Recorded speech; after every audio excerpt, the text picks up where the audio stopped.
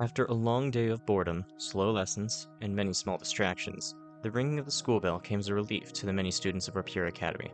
Despite the name, Rapier Academy is a high school catering towards students of talent or high society. Hillary, one of the more popular girls in the school, happens to get in on both accounts, having a highly respectable academic history and an even more respectable financial backing from her parents. Hillary walks to her locker as her class is let out, passing by a bulletin board. She gives it a brief glance, seeing several old warnings about the monster attacks around town.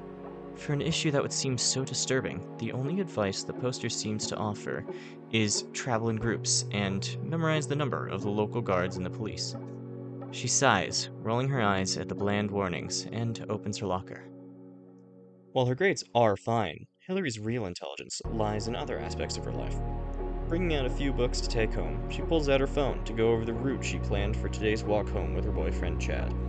They'll start on their normal path, but a particular alleyway on 33rd Street will be where she suddenly gets the impulse to take a new route. They'll circle around a few hotspots for the recent monster attacks.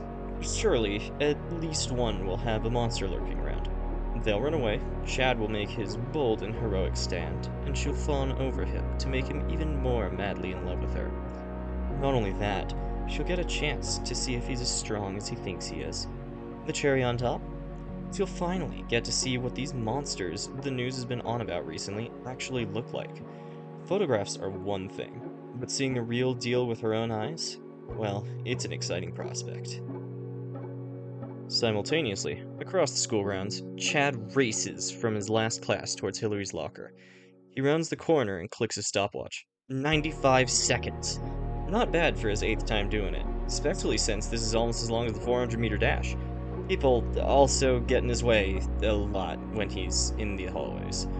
Smiling confidently as he spots his girl closing her phone, Chad bounds up to Hillary, standing flamboyantly with his extra heavy metal bat on his shoulders. "Your star shortstop is here," he says with a smile, before hesitating and saying, Or does that make you think I'm short? Should I talk about how I'm the... No, Hillary giggles. I know what a shortstop is. Plus, it's hard to mistake you for short when you're, 7 inches taller than me? 6 feet, 3 inches, all accounted for, he says, proudly flaunting his height. Make that 9 inches, then, Hillary says. So, Mr. Star Player, you got everything for us to start walking home? Yes, sirree, for sure, definitely, Chad says, before checking his pockets. Oh, wait, I forgot my phone. Oh, better go grab that. I'm surprised somebody as smart as you would forget that, Hillary says, starting the routine walk to Chad's locker. Yeah, Chad says, a bit flustered. She called him smart, though, so she must not realize he almost always forgets something. Either way, he hurries off to his locker, hardly even noticing that Hillary's the one leading the way.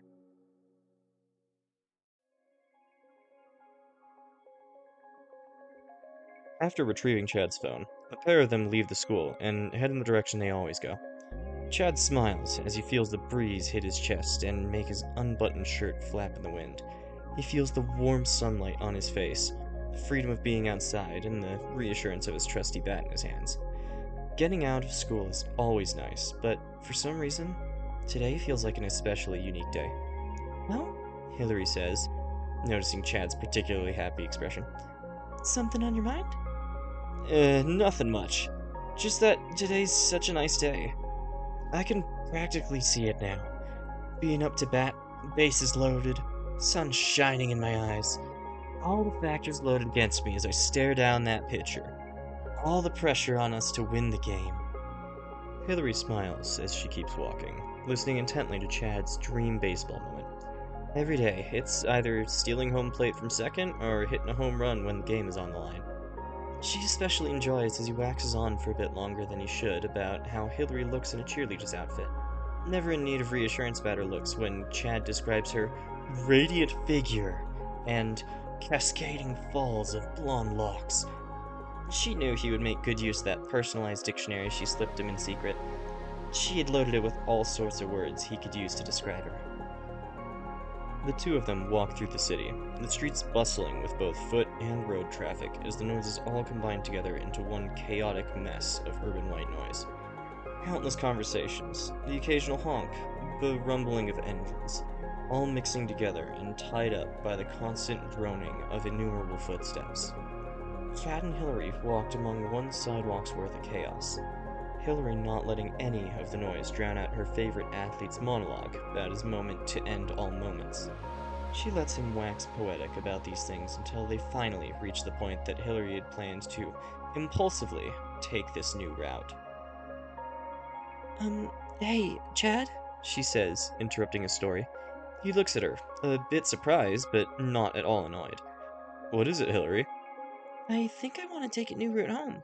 It's shorter, but I think it's a little more dangerous. If anything happens, do you promise to protect me?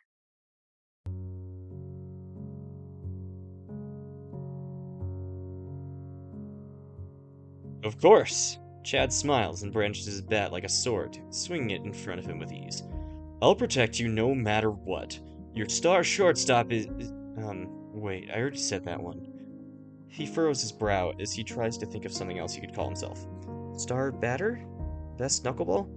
Nah, he can't even throw pitches in games, since his team needs him in that shortstop position. Maybe. His thoughts are interrupted as Hillary grabs his hand, pulling him down an alleyway. Whoa! Chad exclaims, hurrying along to avoid losing his balance. Hillary dashes into a nearby alleyway with him. Even as the sun is blocked out from the buildings, Chad sees Hillary's expression as one of glee as she pulls the two of them off the beaten path. Chad smiles back to her, even more brave as he resolves himself to protect that beautiful smile from anything that might challenge it.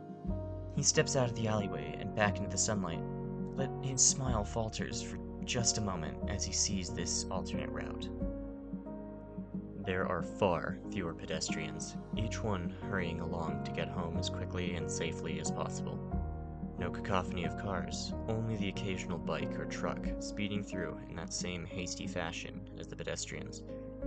The blue sky seemed somehow darker, with the normally energizing sun caught behind a collection of drab buildings, each of which casts a long and foreboding shadow that thins the grass enough to create small dirt patches.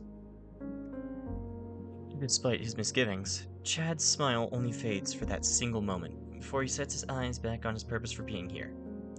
He marches on as Hillary takes the lead, letting his gaze linger on her rather than their surroundings as Hillary takes him for this new journey.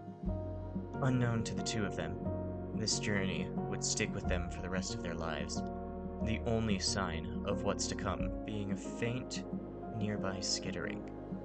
Chad writes it off as some leaves in the wind, continuing forward as he keeps his eyes on the prize. As long as he's around, Chad won't let anything hurt her. He swears it to himself. As long as he's around.